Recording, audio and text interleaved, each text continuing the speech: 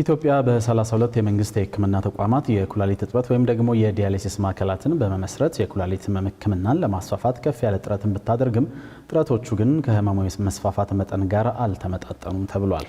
የተባለው ዓለም አቀፉን የኩላሊት ቀን በማስመልከት ጤና ሚኒስቴርና ኪድኒ ኬር የተባለ ግብረሰናይ ድርጅት ባዘጋጁት መሰናዶ ላይ ሲሆን ከዲያሊሲስ ባሻገር ንቅለ ተከላ ያደረጉ ሰዎችም ቢሆን ለእድሜ ልክ ሊወስዱት የሚገባው መድኃኒት በበቂ ሁኔታ ባለመገኘቱ የከፋ የጤና ስጋት ላይ ስለመውደቃቸውን የሰማ ነው። በዚሁ መሰናዶ ላይ በቂ ትኩረት ያልተሰጠው የህፃናት የኩላሊት ሕክምናም ቢሆን በጥቁር አንበሳ ስፔሻላይዝድና በቅዱስ ጳውሎስ ሚሊኒየም ሜዲካል ኮሌጅ ሆስፒታሎች ብቻ መሰጠቱ ከህብረተሰቡ የግንዛቤ ማነስና ከዲያሊሲስ መድኃኒቶች መጥፋት ጋር ተዳምሮ ለህፃናት የኩላሊት ታማሚዎች ከባድ ችግር ስለመፍጠሩም ተነግሯል። አቤል አበበ በጉዳዩ ላይ ተጨማሪ ያለው። በዓለማችን ላይ 800 ሚሊዮን ሰዎችን በከባድ ሁኔታ እንዳጠቃ የሚነገርለት የኩላሊት ህመም በ2050 የፈረንጆቹ ዓመት ከዓለማችን ገዳይ በሽታዎች ውስጥ የ5ኛ ደረጃን ሊይዝ እንደሚችል ትንበያ ጭምር የተሰጠበት ነው። በሀገራችንም ቢሆን ከኑሮ ዘይቤ መለወጥ እንዲሁም ከስፖርታዊ እንቅስቃሴዎች ከመራቅ ብሎም ጤናማ ያልሆኑ የታሸጉ ምግቦችን ከመመገብና ከሌሎች ምክንያቶች ጋር ተዳምሮ በየጊዜው እየጨመረ እንደመጣ የሚነገርለት የኩላሊት ህመም ከ100 ሺህ ሰዎች ውስጥ 24ቱን እየገደለ እንደሚገኝ የጤና ሚኒስቴር መረጃ ያመለክታል። ጤና ሚኒስቴር በፈረንጆቹ 2015 ላይ የተሰራና አሁን ላይ ግን ሊያሻቅብ የሚችል ጥናትን አጣቅሶ ሲናገርም በኢትዮጵያ 3.5% የሚሆኑ ዜጎች በህመሙ ተይዘው እንደነበር ነው የሚያስረዳው። የህመሙ ጫና ከጊዜ ወደ ጊዜ በአስጊ ሁኔታ እየጨመረ ቢመጣም የሰዎችን ግንዛቤ ለማሳደግ የተሰራው ስራ ግን በዚያ መጠን አለማደጉ ህመሙ ለበርካቶች ዱብዳ እንዲሆን አስገድዷል። አሁንም መልሼ ሳስበው ያንን ቀንና ሰዓት በጣም ምረግመው ሰዓት ነው። ወዲያው ወደ ዲያሊሲስ መጀመር አለብህ ቶሎ በል ፍጠን ምናምን የሚል ነገር ነውና አንደኛ ፊስቱላ የሚለውን ቃል እኔ ከዚህ በፊት የነበረኝ ባክግራውንድ አሶሺየት ማደረገው ከሌላ ነገር ጋር ነው።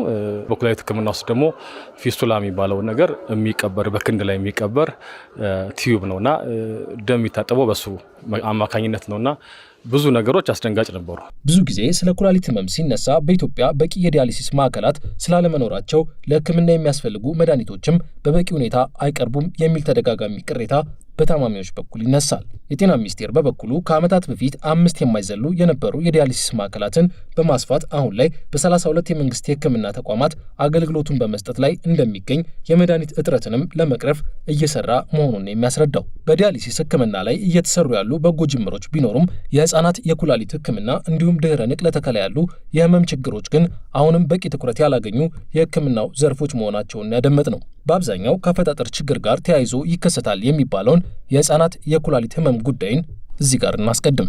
ሆስፒታላችን ለሚተኙ ህፃናትም እስከ 5% የሚሆኑት ድንገተኛ የኩላሊት ህመም ተደርቦ ሊመጣ ይችላል። ስለዚህ ኩላሊት ህመም ለብቻውም ሊኖር ይችላል። ጽኑ ህመማን ላይ በተለይ ደግሞ በጣም የተስፋፋ ነው። እኛ ከ15 ህፃናት በላይ የሄሞዲያሊሲስም የፔሪቶኒያል ዲያሊሲስም ሰርተናል ባለን ውስን ጉልበት። ይሄ እንግዲህ ሪፈር ተደርገው መምጣት አቅቷቸው የቀሩ ህፃናትን በአልጋ ማጠር ወደ ማዕከላችን ያልመጡ ህፃናትን ሳይጨምር ነውና ፍላጎቱ አለ። በተለይ ከሩቅ አካባቢ ላይ የሚመጡት የሚደርሰው እንግልት በጣም አሳሳቢ ነው። ብዙ ጊዜ ያቋርጡታል ህክምናው። ምክንያቱም አንድ ወላጅ ኦልሞስት ስራውን መተው አለበት። የህብረተሰቡ ግንዛቤ ማነስ ብሎም በቂ የሆኑ የህክምና ግብዓቶች ባለመሟላታቸው የተነሳ ብዙ ህጻናት ችግር ላይ እየወደቁ ናቸው የሚሉት ባለሙያው መፍትሄ የሚሉትን እንዲህ ይጠቁማሉ። ህክምና የሚሰጡት ማዕከላት ጥቁር አንበሳ ስፔሻላይዝድ ሆስፒታልና ቅዱስ ጳውሎስ ሆስፒታል ናቸው በአሁኑ ሰዓት ሀገራችን ውስጥ የኩላሊት ህክምናን የሚሰጡት። ስለዚህ የባለሙያ ቁጥር እነሱን የሚንከባከቡ የነርሶች የስነ ምግብ ባለሙያ ቁጥር መጨመር አለበት። እነኚህን ዲያሊሲሶች ለመስራት የሚገቡት ግብአቶች ፈጽሞ የሉም፣ ገበያችን ላይ የሉም። ጀስት አካባቢ ላይ ከምናገኛቸው ነገሮች ገጣጥመን የምንሰራው ቁጥር ነው የሚበዛው።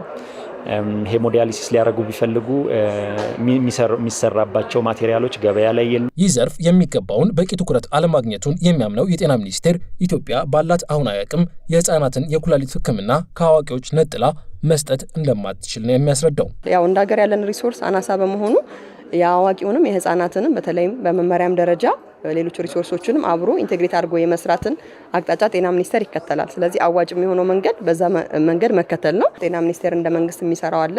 ከዛም ባለፈ የግሉም ዘርፍ ሌሎች ኢንዱስትሪዎችም ኢንጌጅ እንዲያደርጉ በተለይም ደግሞ ግንዛቤው ለመፍጠር የሚዲያ አካላትም ትልቅ ርብርብ ማድረግ አለባቸው። ብዙዎቻችን አንድ ሰው በኩላሊት ህመም ተይዞ ከዲያሊሲስ ህክምና በኋላ የኩላሊት ንቅለ ተከላ ካደረገ ከህመሙ ሙሉ ለሙሉ እንደተፈወሰ ልናስብ እንችላለን። ሆኖም እውነታው ይህ አይደለምና ንቅለ ተከላውን ያካሄዱ ግለሰቦች ሊወስዱት የሚገባው የእድሜ ልክ መድኃኒት እንዳለን የሚነገረው 250 አካባቢ አባላትን ይዞ የተመሰረተው የኢትዮጵያ የኩላሊት ንቅለ ተከላ ማህበር ይህ መድኃኒት በበቂ ሁኔታ እየቀረበ ባለመሆኑ የጤናችን ሁኔታ ዳግም ስጋት ላይ እየወደቀ ነው የሚል ቅሬታ አለው። እነዚህ መድኃኒቶች የእድሜ ልክ ብቻ መሆን ሳይሆን ሰዓት መቆራረጥ ወይም መዛነፍ አይጠበቅም። እንዲህ በሚሆንበት ጊዜ በልግስና በቅን ሰዎች ልግስና ያገኘናትን ኩላሊት ስራ እንዳትሰራ ያደርጋል።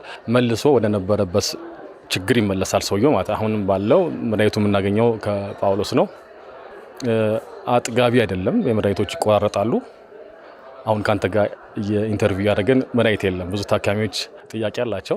የኩላሊት ንቅለ ተከላ ማህበሩ ሰብሳቢ ሲያስረዱ ንቅለ ተከላ ያደረጉ ግለሰቦች እየገጠማቸው ያለው ችግር ይህ ብቻ አይደለም ሲሉ ተጨማሪውን ያክላሉ። የምንወስዳቸው መድኃኒቶች አንደኛው ታክሮሊመስ ይባላል። የእሱ በደም ውስጥ መብዛት ወደ መርዛማነት የመቀየር ባህሪ ስላለው ሐኪሞች እሱን መጠን በላቦራቶሪ ነው አረጋግጠው የምንወስደውን ታክሮሊመስ መጠን የሚያስተካክሉልን። ለሱ ደግሞ የሚሆን ላቦራቶሪ በጳውሎስ ይገኛል። ይሄ ላቦራቶሪ አንደኛ ሬጀንት የሚባል ኬሚካል አለ። እሱም በአቅርቦት ችግር አሁንም ዛሬ ካንተ ጋር ያወራው እሱም ችግር አለ። ሁለተኛ ማሽኑ የመቋረጥና የቴክኒክ ዘመኑ በጨመረ ቁጥር የቴክኒክ ችግሮች ያጋጥሙታል። ለዚህ ደግሞ በቂ የሆነ የላቦራቶሪ ቴክኒሻኖች ያስፈልጋሉ።